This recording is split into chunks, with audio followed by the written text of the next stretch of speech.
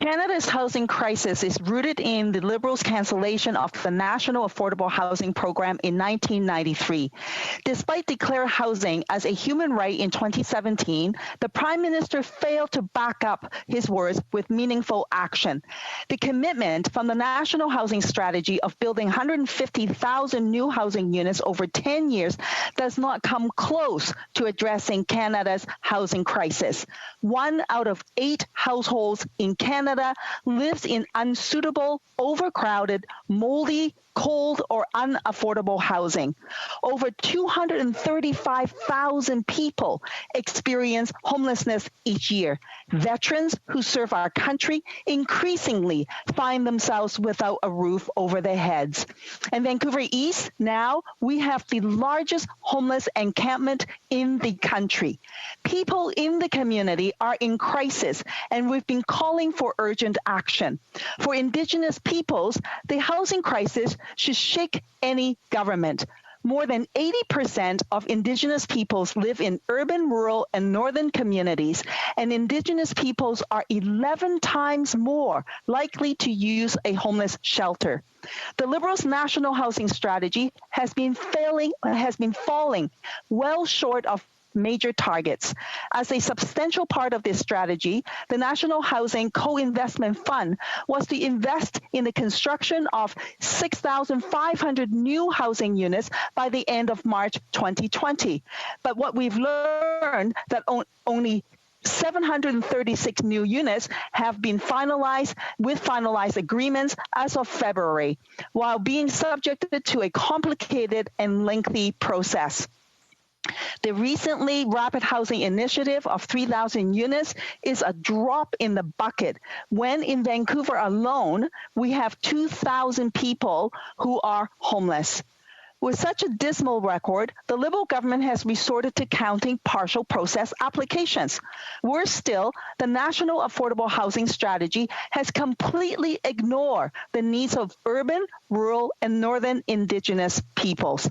And the throne speech offers no path forward for a Indigenous-led initiative, even though the need for a urban, rural, northern Indigenous housing strategy is in the minister's mandate letter. As stated by the former UN Housing Rapporteur Lalani Farrar, Canada is experiencing an increase in homelessness encampments. Renters are left out of the equation. There is no federal leadership for people who can't afford rent, while big financial actors who are already stationed in Canada are poised to sweep up distressed assets. Jeff Morrison, the executive director of the Canadian Housing and Renewal Association, said, quote, that the pandemic has changed everything, but have also changed nothing in terms of housing. Urgent action is needed now. We need supportive housing. We need federal subsidies. We need aggressive measures to ensure additional assets to create new affordable housing stock. We need national leadership to stop the financialization of housing, and we need to maintain the existing affordable housing stock. It is estimated that 322,000 units of affordable housing were lost between 2011 and 2016, and the National Housing Strategy is only providing 150,000 units over 10 years. Empty words without the resources, and the plan is not good enough. Parliamentary Secretary to the Minister of Families, Children and Social Development. Well, my colleague has correctly identified and listed the challenges that the National Housing Strategy is addressing. What she has failed to do is understand how it's being addressed. For example, the issue of doing nothing for renters. There's a $4 billion program, cost shared with the provinces, to provide the new Canada Housing Benefit. It's active in Ontario. We're concerned that some provinces in BC, for example, they haven't rolled that out, but there is now rent supplements to support people and prevent homelessness. In terms of the numbers she quotes about the housing completions, she's just wrong. I don't know where she's getting her numbers from. I know she asked a very narrow question to the Parliamentary Budget Office, but what she failed to understand is that the National Housing Strategy also delivers housing with provinces through housing accords, now signed with all provinces and territories territories across the country.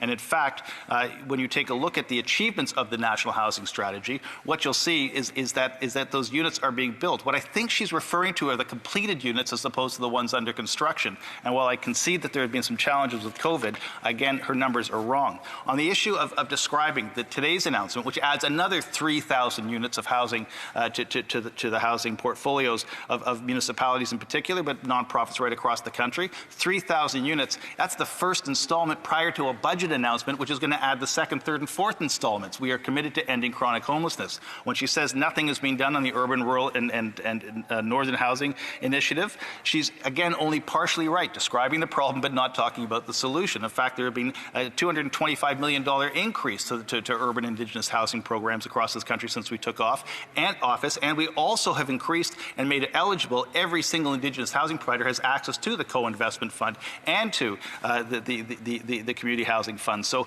the repairs, the construction, the acquisition, the delivery, the subsidizing, all of that is being done through a $55 billion national housing strategy, which, as I said today, was added to by $1 billion to create 3,000 units of housing immediately to help cities deal with the COVID dynamic.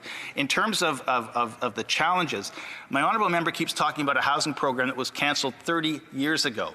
You know, I have a 20-year-old daughter who's been born since then, has gone to school since then, has graduated from school, and if the member opposite would like to build a time machine and go back in time, she'll see me on the front lines protesting those cuts that were made in the early 90s. They were a huge problem. In fact, Paul Martin told me himself it was the single biggest mistake he ever made in politics. I don't defend those cuts. Those cuts were wrong. But what I did do, unlike the NDP, is I joined a party that actually was committed to investing in housing, delivering new housing, repairing existing housing, subsidizing existing housing, saving the lapsed co-op agreements, and then stepping forward to step up on the issue of urban, rural, and Indigenous housing, as well as stepping up on reserve, as well as stepping up with the provinces, as well as stepping up with the cities, as well as directing dollars to the front lines through the Reaching Home program. To give you an example of how different the NDP approach was to ours, that member ran in 2015 on a campaign to promise $60 million total over 4 years, $60 million to fight homelessness. We doubled the Reaching Home program to $102 million in our first year. We've now locked that in for 10 years. And this year, because of COVID, we increased the funding to Reaching Home. The total we'll be spending on frontline services directly in cities just like Vancouver East is close to $500 million in 1 year. That is 10 times more than that party has ever promised for Reaching Home. So if the member opposite would like to build a time machine and go back in time, she's perfectly suited to do that, and she can do it all she wants. And she'll see me, as I said, a much younger version of myself protesting those cuts. The difference between her party and our party is that while they're building time machines, we're building housing in every single province. We're repairing housing in every single province. We're subsidizing residents in every single province. We have a housing accord with every single province and territory, and now we're moving to comprehensively address the deficit in urban, rural, and northern housing because, as she said, it's shameful. I will also add, I've never seen a campaign plank in their platform that ever spoke to that issue. The honourable member for Vancouver East. Well, what nonsense, Madam Speaker. If the member keeps telling himself and patting himself on the back to say what a great job he's doing, the Liberal government will never solve the homelessness crisis to which they created.